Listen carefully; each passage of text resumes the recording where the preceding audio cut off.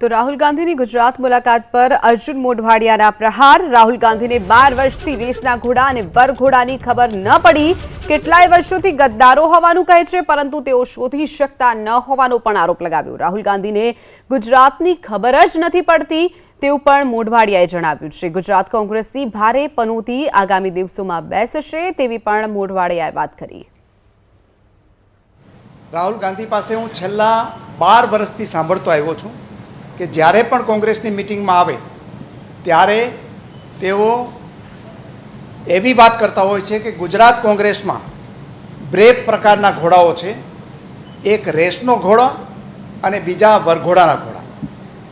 હવે વરઘોડાના ઘોડા અને રેસના ઘોડા કોણ છે એને અલગ અલગ કરવા જોઈએ, પરંતુ 12 વર્ષ થયા છતાં રાહુલ ગાંધી હજી ગુજરાત કોંગ્રેસમાં રેસના ઘોડા છે એની ખબર એમને ન પડતી હોય તો એનો મતલબ એ છે કે ઘોડા તો બરોબર કદાચ હશે, પરંતુ ઘોડા ઉપરનો જે અશ્વાર છે એને ખબર પડતી નથી કે રેસના ઘોડા કોણ છે અને વરઘોડાના ઘોડા કોણ છે।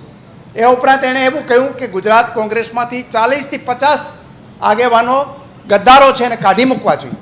આ વાત પણ તમે લગભગ 12 વર્ષથી હું એમની પાસેથી સાંભળું છું, હજી સુધી આઈડેન્ટિફાઈ કરી શક્યા નથી। પરંતુ મૂળ વાત એ છે કે એણે ગુજરાતની રાજનીતિને અને ગુજરાતના લોકોની સમજ નથી, એટલે વારંવાર ગુજરાતમાં આવી અને આ પ્રકારના નિવેદન કરે છે। ખરેખર તો એણે આત્મખોદ કરવી જોઈએ કે એમના પછી રાહુલ ગાંધી આવ્યા પછી ગુજરાત કોંગ્રેસ નહીં, આખા દેશની કોંગ્રેસ વિરોધ પક્ષને લાયક પણ નહોતી રહેવા દીધી, એટલી હદ સુધી તળિયે પહોંચી ગઈ છે। અને હજી પણ આ પ્રકારની ભાષા એ ચાલુ રાખશે તો ગુજરાત કોંગ્રેસની પનોતી આના કરતાં વધારે આવવાની છે।